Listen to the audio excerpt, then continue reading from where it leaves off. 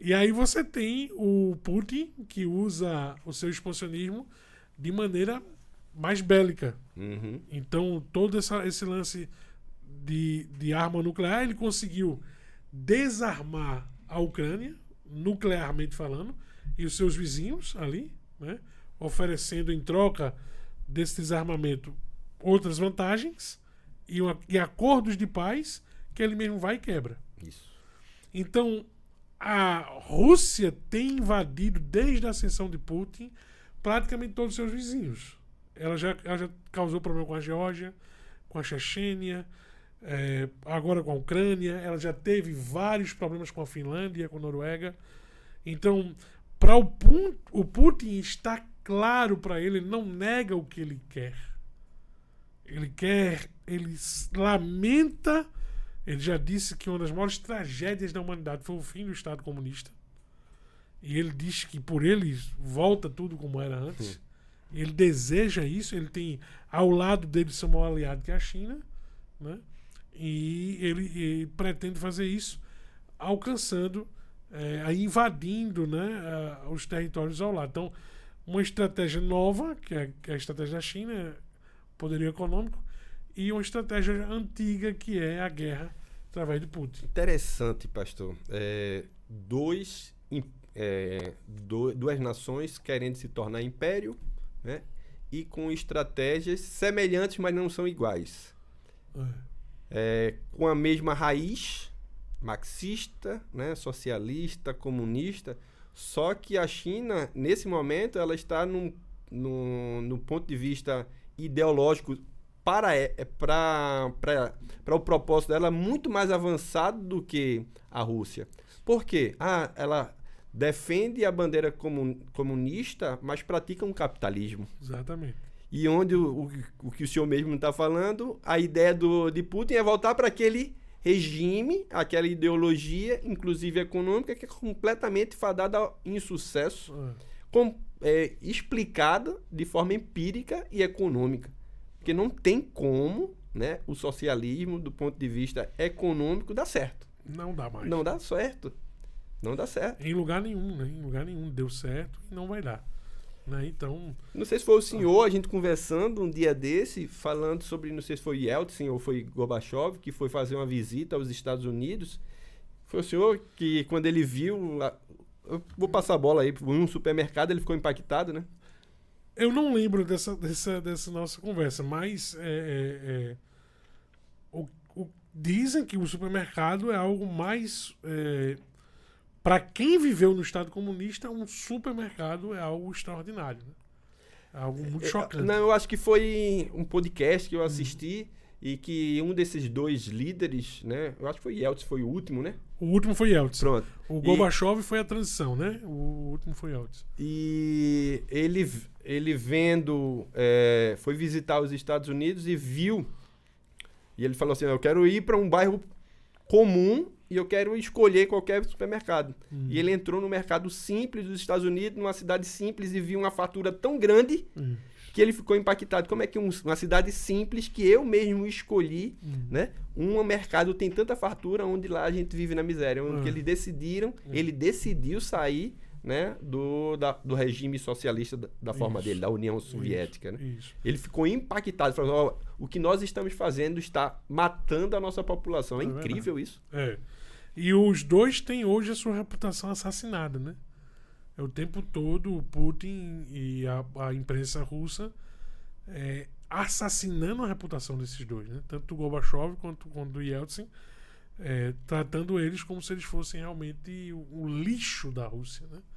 O traidores da Rússia, traidores da pátria, que é a ideia de remontar o Estado comunista como aquele céu na Terra, né? Coisa que nunca foi, né? Então a gente tem esses modelos expansionistas e não pode deixar de falar dos Estados Unidos, que teve seu auge expansionista, principalmente expandindo sua cultura, né? Economia, artes, ciências, e também intervindo em todo o movimento global econômico e político. Então, em tudo que ele podia botar o bedelho, ele colocava. Hoje os Estados Unidos não tem mais o mesmo poderio. Verdade. Não tem mais a mesma influência. Não consegue resolver os BOs que ele cria. Né? Tá aí o Afeganistão. Né? E ele está fugindo, né? Fugindo Questões porque que antes ele mesmo procurava e iniciava. não aguenta mais. Os povos não aguentam mais se meter no problema dos outros. Porque os maiores players do mundo hoje são as corporações. Exatamente. E aí a gente fica com muito medo de um governo dizer que vai voltar a emprestar dinheiro aos seus vizinhos, né? No nosso caso aqui. Porque se o Brasil não está se aguentando de pé, Verdade. as suas próprias pernas, como é que vai emprestar dinheiro a Cuba? A Pode se Venezuela? tornar um tema de um próximo podcast. Pois né? é. Mas voltando aí sobre a questão de conflito, a gente estava falando da Rússia, Sim, né? sim. Sim, quais a visão, né, de Putin para invadir a Ucrânia, correlacionando com o que nós estamos conversando, que é essa correlação cosmopolítica com religião?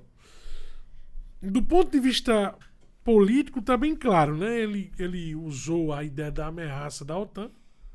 A Ucrânia sempre teve uma postura pró-Ocidente. Era como não só recente, como na própria história da formação da Ucrânia. Né?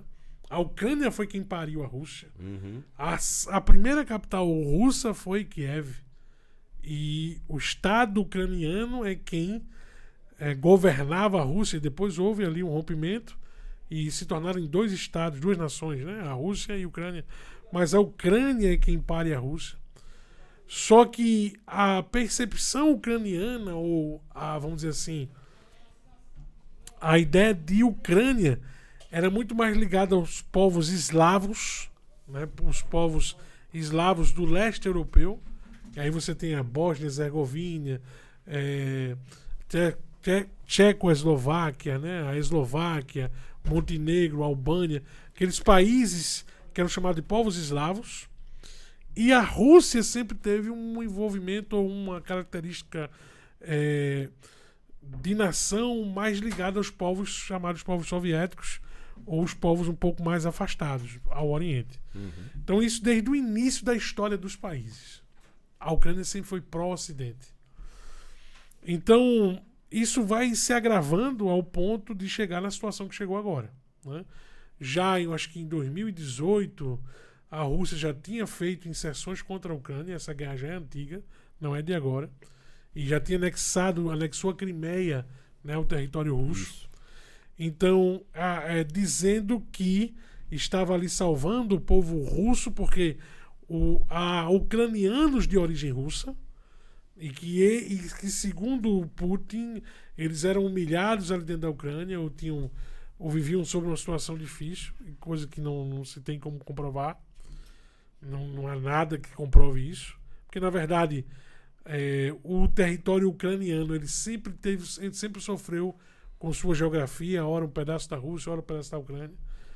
Na verdade, uma grande parte do território ucraniano foi cedido pelo governo comunista russo vamos dizer assim, quase que em troca ou em desculpa ao Golodomor, que foi um movimento para matar o povo ucraniano através da fome.